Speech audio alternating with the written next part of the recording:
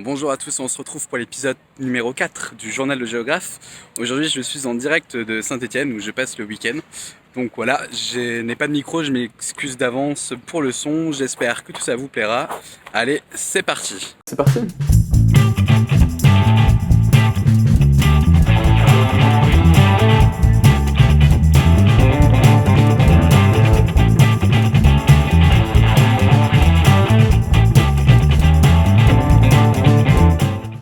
Bon alors aujourd'hui on se retrouve pour l'épisode 4 du journal de géographe. Je suis très content de vous retrouver.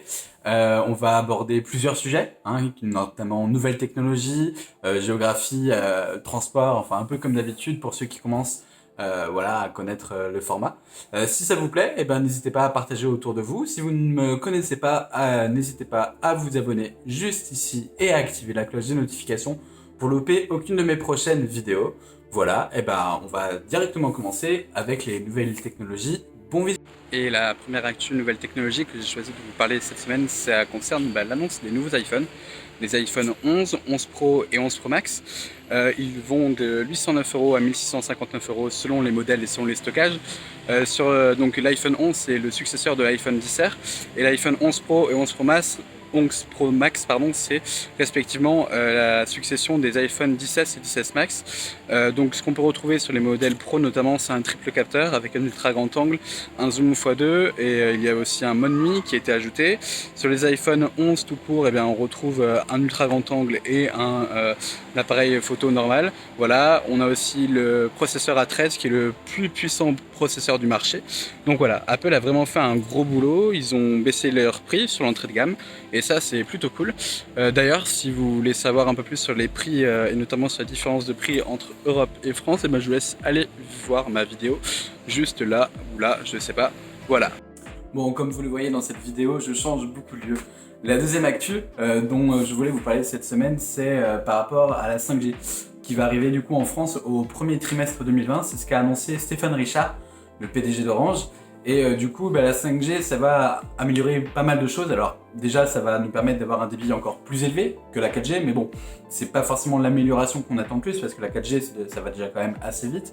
Mais surtout, on va avoir un temps de latence qui va être assez faible, c'est-à-dire un temps de connexion entre le serveur et votre appareil qui va être plus faible. Ça va notamment permettre de développer certaines choses, notamment au niveau de la robotique, au niveau de tout ce qui va être automatisation. Par exemple, je pense à l'autopilote des voitures. On sait que Tesla utilise déjà la technologie, mais pas la 5G. On peut penser que la 5G va améliorer la fiabilité de ces différents systèmes. Voilà, donc c'est quand même plutôt assez intéressant et c'est bien que ça arrive bientôt en France. Petit point noir, c'est que les forfaits 5G vont être plus chers que les forfaits 4G dans un premier temps. Mais voilà, franchement, après, on va voir, ça va sûrement baisser assez rapidement. Et surtout, je vous ai annoncé la semaine dernière que Qualcomm allait commercialiser des processeurs milieu de gamme pour le téléphone milieu de gamme pour la 5G. Donc en fait, ça devrait quand même être accessible à pas mal de gens. Enfin, la troisième actu, nouvelle technologie de la semaine que j'ai retenue, c'est que la marque préférée des smartphones des Français est Samsung. C'est une étude de Statista qui le révèle. Pour 36% des Français, donc du coup leur marque préférée est Samsung, devant Apple et Huawei qui complètent le top 3. On retrouve aussi comme marque en 4e et 5e position Sony et Nokia. Donc en fait on a quand même assez affaire à des marques historiques. Les gens sont quand même assez habitués à la dualité entre Samsung et Apple, du fait qu'ils ont été précurseurs sur ce marché, et voilà. Mais on sait qu'il y a aussi les marques chinoises qui passent, comme Oppo, comme Xiaomi, comme OnePlus, et voilà. Il y a encore un manque de notoriété de ces marques-là qui fait qu'ils ne sont pas dans ce top 5 des marques préférées des Français. Voilà, ce qui était quand même intéressant, c'est qu'en dehors de ces 5 marques, il y avait 20% des Français qui préféraient une autre marque. Donc on peut estimer que Oppo, Xiaomi, OnePlus sont probablement en tout cas dans ces autres marques. Voilà. Donc ça, pour moi, c'est une actu qui est assez intéressante et savoir comment ça évolue. Au fil du temps, Apple est la deuxième marque préférée des Français, mais pourtant ils sont quasiment 4e marque mondiale de smartphones. Donc voilà, c'est peut-être que les Français ont des goûts différents en termes de smartphones par rapport au reste du monde, je sais pas, mais en tout cas c'est assez intéressant.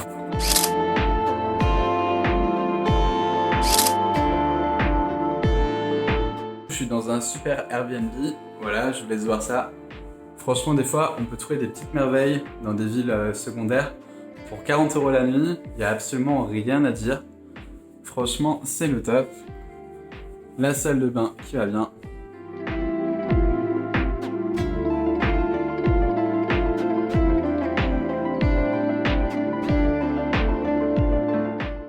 l'actu géo, environnement, transport. Cette semaine, j'ai retenu une actu que j'ai vue sur National Geographic qui m'a assez marqué. C'est le fait qu'on a découvert un continent qui était enfui sous l'Europe, donc qui a été nommé Grand Adria, qui faisait à peu près la taille du Groenland, qui était enfui il y a 120 millions d'années parce qu'il y a eu collision, il y a eu un phénomène de subduction. La subduction en géologie, c'est quand une plaque tectonique passe sous une autre plaque tectonique. Et voilà. Donc du coup, aujourd'hui, il ne reste plus grand-chose de ce continent.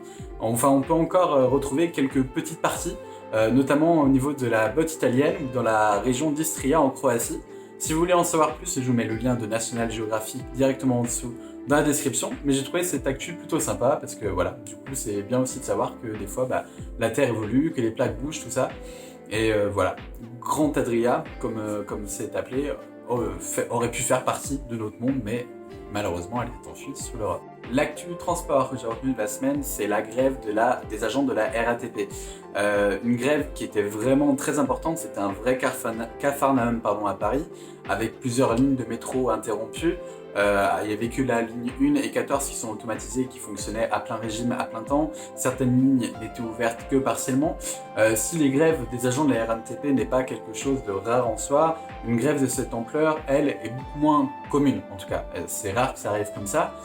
Donc du coup, il y a plusieurs solutions qui ont été envisagées pour éviter un vrai boom au niveau des différentes mobilités. Il y a des entreprises qui ont suggéré à leurs employés de faire du télétravail, c'est du travail à distance, qui sont disponibles grâce aux nouvelles technologies. Mais il y a aussi eu des différentes solutions qui ont été proposées par la RATP, notamment qu'il y a eu des différents partenariats avec des entreprises de VTC, de scooters électriques, de trottinettes électriques, de vélos en libre service, pour réduire les coûts pour l'usager. Parfois même, il y a eu des courses offertes notamment, j'ai pu voir ça. Et voilà, c'est bien que la RATP ait pu se mobiliser, parce que du coup, lorsqu'il n'y a plus de transport en commun à Paris, c'est vraiment le vrai chaos. Enfin, la dernière actualité que j'ai choisi de vous parler cette semaine, c'est la découverte d'une atmosphère avec de l'eau à l'intérieur, dans une exoplanète située à 111 années-lumière de la Terre. Les températures estimées seraient entre moins 45 degrés environ et plus 73 je crois, mais je vous mettrai le lien de l'article directement dans la description pour être sûr, parce que malheureusement je n'ai pas mes notes sous les yeux. Et voilà, c'est assez intéressant, c'est une planète qui pourrait être vivable. Une interrogation, néanmoins reste là, c'est que cette exoplanète paraît être beaucoup plus lourde que la Terre, donc soit il y a énormément de roches dessus, soit il y a énormément d'hydrogène dans son atmosphère, donc voilà, il y a encore en suspens, mais pour l'instant, c'est l'exoplanète découverte la plus proche de nous, qui serait potentiellement habitable, et ça, c'est quand même plutôt cool. En tout cas, ça va alimenter un certain fantasme par rapport à vivre ailleurs que sur la Terre, tout ça. Moi, je trouve ça plutôt intéressant, et voilà. Bon allez, c'est fini pour les actus du jour. Je vais vous emmener faire un tour à Saint-Étienne avec moi. Je vais continuer un petit peu mon tour, voilà, j'espère que ça va vous plaire. Allez, on y va ensemble.